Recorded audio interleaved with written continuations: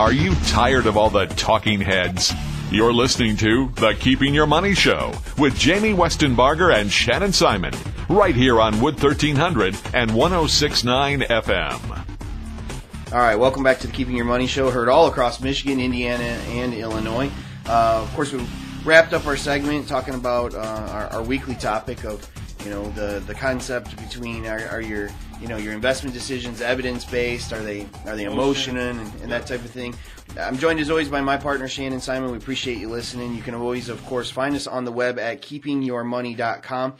We've got a special guest in studio today, Shannon. Of course, we always are really interested in the local community, local businesses, and then, of course, do a lot of charitable work. And a main focus for us has always been military and service members and that type of thing. And we have Major Steve Prince from the Army Reserves in here with us to talk a little bit about an organization called Camp Cuervo Archery Club.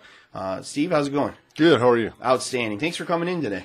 Hey, glad to be here. All right. So tell us a little bit about Camp Cuervo and the concept and kind of what you do with it. Okay, I first found out about the organization when I was deployed to Iraq. I was in Baghdad, and one of my soldiers had told me that there are these guys who'd send us free archery equipment if we made contact with them. So I got in touch with them.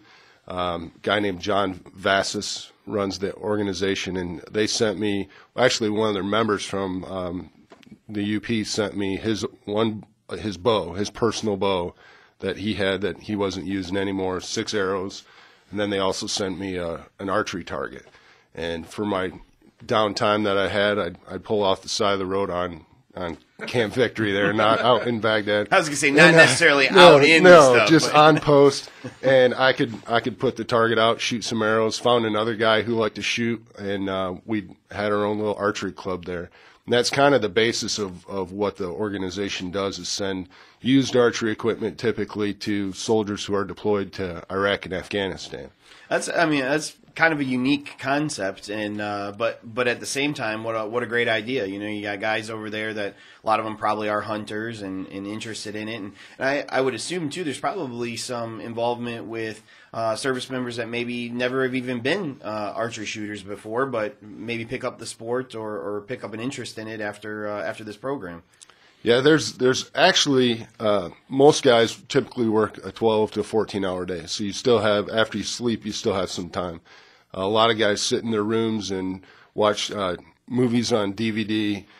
You can actually get them released over there before you can over here, and or guys play video games for hours on end. Mm-hmm. And we had people send us golf equipment. We'd hit golf balls, archery equipment. A lot of guys work out, and it was just one of those things that was healthier, a lot of fun. You get people who are, have never done it before, and they're like, "Hey, I'll give it a shot." No pun intended on that one. But they had a lot of fun, and I met some other guys who were archers over there, and then when I returned, the bow that they sent me, they didn't realize I was 6'7", and it was smaller than I should have been shooting. Hey, you are a pretty big guy. So. Yeah, so I gave them back the bow that they'd given me, and they gave me a better one, and I ended up giving them that one back too. But since then, I've done some different events with the guys that started the thing. They actually were born out of the Michigan Longbow Association. John was the president of the Michigan Longbow Association at the time. So they focused on traditional archery, recurves and longbows. But since then we've gotten involved. Bowtech is a big supporter of the military, and name a lot of their bows after military organizations and stuff. And so they donated a bow that we auctioned off and raised money for the postage to send the gear overseas. Yeah, I was going to say, that's got to be probably one of the largest expenses is the postage of it, obviously, to get it over there. So if people want to get involved in this, obviously they can donate equipment. I'm assuming there's ways they can donate money if they wanted to help with postage. What's the easiest way for them to find the organization and get involved? Probably the easiest way is, it seems like everybody's on Facebook, and so are we. Camp Cuervo Archery Club. It's not related to the tequila, but it's spelled the same way. I'm on there every day, and so is John, the guy who started it, as well as another John who's a retired Marine, so I talk slower around him. Like you do for Jay. Here we go. Exactly. Here we go. Exactly.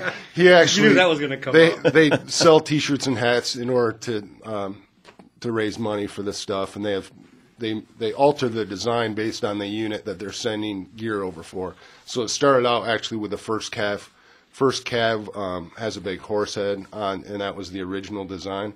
and then John Stewart, who's a former Marine, put the I always call it the anchor, the globe, and the birdie design on the T-shirt, and he always gives me a lot of flack about that. But so the Facebook page is the easiest way to get in touch with us. We're not set up as a charitable organization yet. We're working on that, and hopefully you guys can give us a little help. Absolutely. But then we're also, as Iraq and Afghanistan hopefully are drawing down, hopefully we can get everybody home. We're starting to work more with disabled veterans and veterans in general. We had a soldier walk in when we actually set up Allen Bob's on Veterans Day. Soldier walked in and said, "Oh, I've never bow hunted. I'm a fisherman."